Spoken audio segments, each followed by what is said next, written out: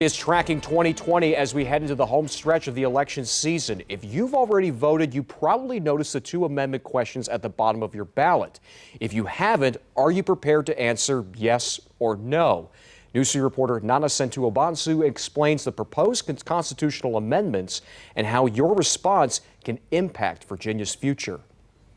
Question 1, should the Constitution of Virginia... This is the first time Tyler Dance is laying eyes on this year's ballot. Seeing this question that it's asking me, I would definitely back off, come in at a later time. He was a little taken back by the question. Norfolk State University professor Dr. Soji Akomolafe says Tyler isn't alone. So because we don't talk often about constitutional amendments, students or even general populace, they're not aware of the fact. Dr. Akomolafe decided to give News 3 viewers a crash 101 course of this year's proposed amendments, starting with question 1, redistricting. Districts are redrawn every 10 years.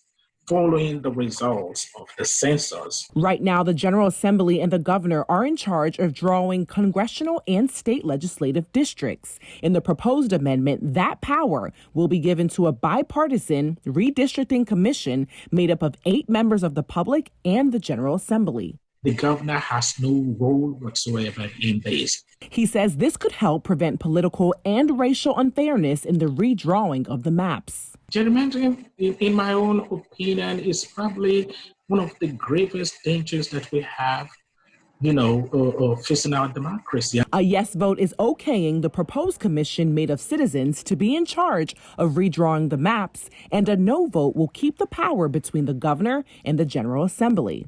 And as for question number 2, an automobile or a pickup truck that is owned. Voters have an option to exempt 100% disabled veterans from paying property taxes on their cars if they vote yes. Yes, to the fact that, hey, we appreciate your service, and I don't think that, you should pay any tax on this. And if you vote no, vets will continue paying taxes on their cars. So whether it's a tax break or redistricting reform, Akomolafe says stay informed. Don't just impulse vote.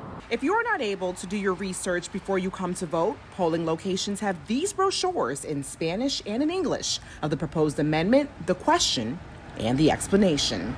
In Norfolk, Nana Sentu Obansu, News 3.